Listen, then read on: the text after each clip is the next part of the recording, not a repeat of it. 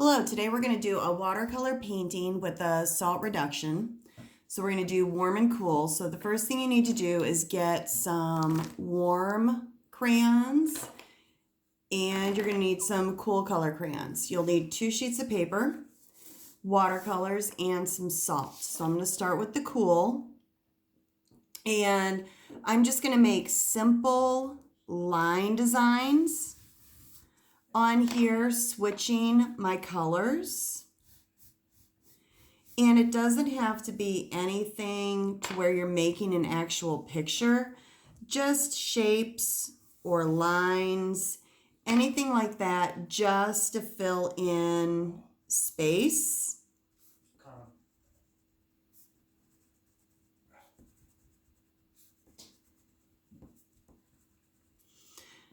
So what I'm doing is making sure I'm getting the colors just in different little areas.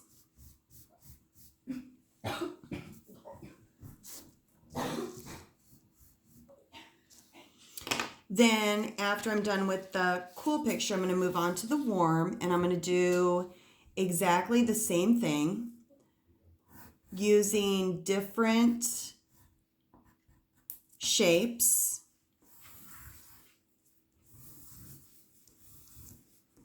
So I can do concentric shapes where they're one inside the other.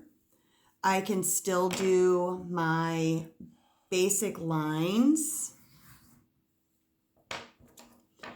I can add other shapes that are similar to over here, but I do want them to be just a little bit different. So I think I'm going to do a big zigzag. I'll use the yellow. So after I'm done with that, now it's time to start the painting. So I'm going to use just basic watercolor paints. And with my watercolor paints, on the cool picture, I want to use cool colors. And on the warm side, I want to use the warms.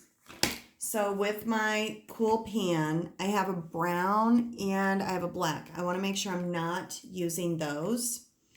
So I'm going to take my brush, and to get started, what I'm going to do is get a little bit of water, and I'm just going to put a couple drops in each one just to get them activated so that I can get started.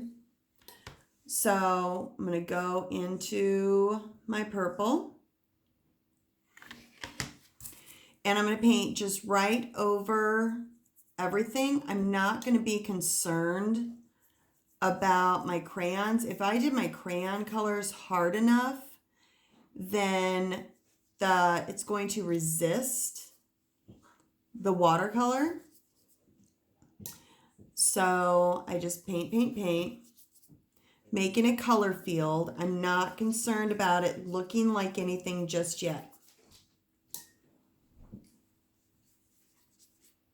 If you want darker color, then you just get more paint on your brush, less water.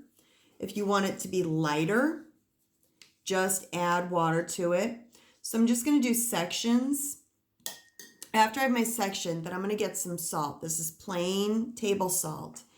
And I just sprinkle it directly on my picture. So what that's going to do is it's going to absorb the water, and it's going to make a really, really neat effect. Now I'm going in a diagonal with my paint.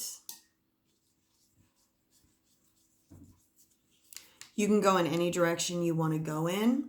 Whatever you do on one, though, you want to go a different way with the second painting. So you want to make sure that your colors are going differently, because when we put this all together, you will understand exactly why it has to be different. So a little teaser for you. So again, paint, paint, paint. Add the salt. So I'm going to do that to both of them. So instead of having you watch me paint, I'm going to show you what a finished would look like. So this is my cool color, and you can see where the salt was on here, how it puckered, made the painting look a little bit different. I have my warm one also. And again, you can see where the salt changed how the paint actually looks in the end. After I have these two done, now I'm going to need a ruler, pencil, and some scissors. You will need some glue also, but for right now, you just need the scissors, glue, or scissors, pencil, and ruler. So figure out which one's your background. With your background, you're going to take it and you're going to fold it short side to short side. Give it a squeeze to make the crease. Now this is very important. You have to be on the open side. So look for the open side. With that, I'm going to take my ruler, line it up against the edge. With a pencil, I'm going to draw my line. That's going to be your boundary line. You do not want to go past that line. So then I line the ruler up against the edge. I draw a line from that line to the crease. Move the ruler over. Do exactly the same thing.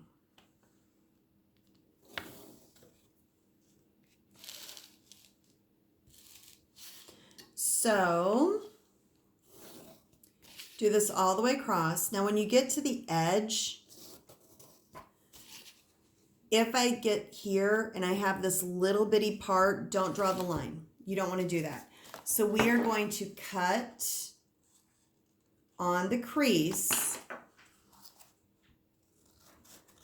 up to that line. So I'm going to do that all the way across. So I'm going to have my assistant help me cut, and I'm going to show you what to do with the next one. So this is my cool paper. I'm going to take my ruler, line it up against the edge again. Now I'm doing this on the short side. So that is very, very important that you're doing it on the short side. So I'm going to go up and down, scooch it over, make sure you line up, scooch, line up, same thing all the way across.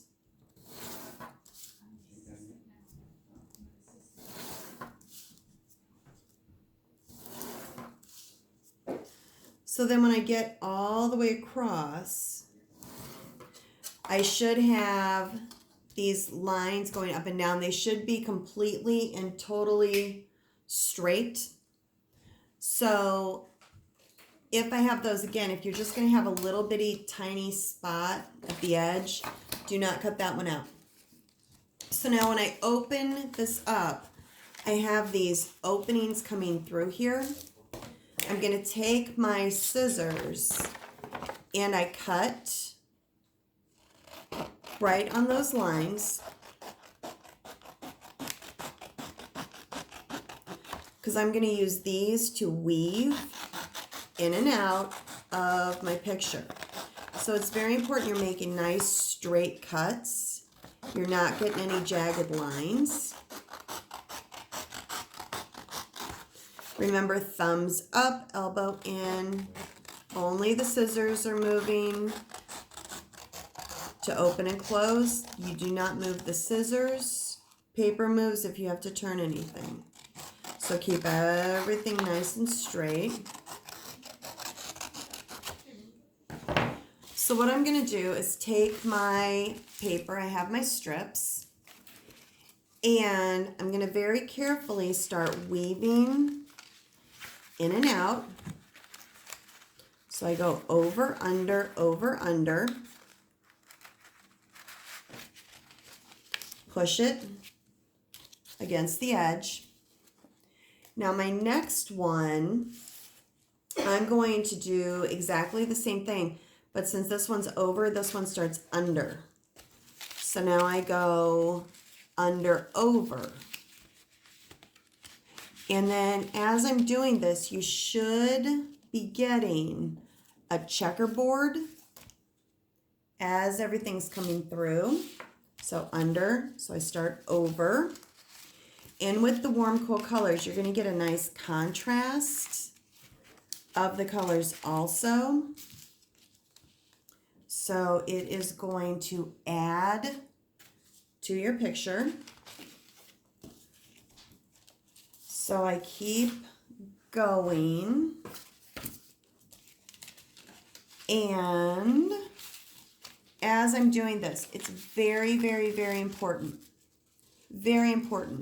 that I'm pushing the strips up against each other and that I make sure I'm getting this checkerboard. If you're not getting the checkerboard, then you may want to check to see where you missed one, or maybe you doubled up.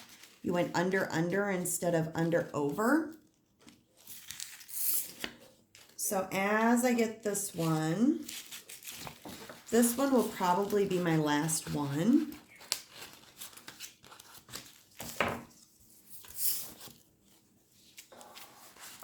And you can look at the patterns on them and see which one you like a little bit better. This one's going to be the hardest one to weave in.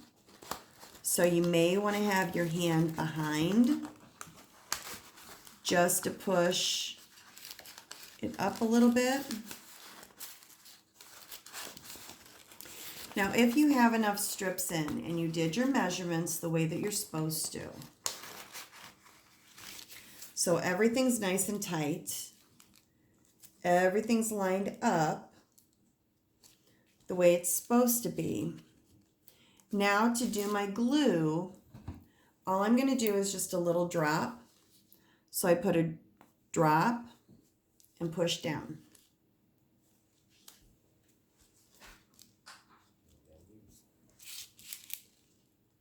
Notice I'm putting the drop on the flap. I'm not putting it on the background piece. You always glue the little part to be added to the big part. After I get the front done, then I'm going to flip it over, and I would do the same thing on the back. But when you're finished, you have a warm, cool weaving with a sodium reduction. I hope you enjoyed this. Have a good day. Bye.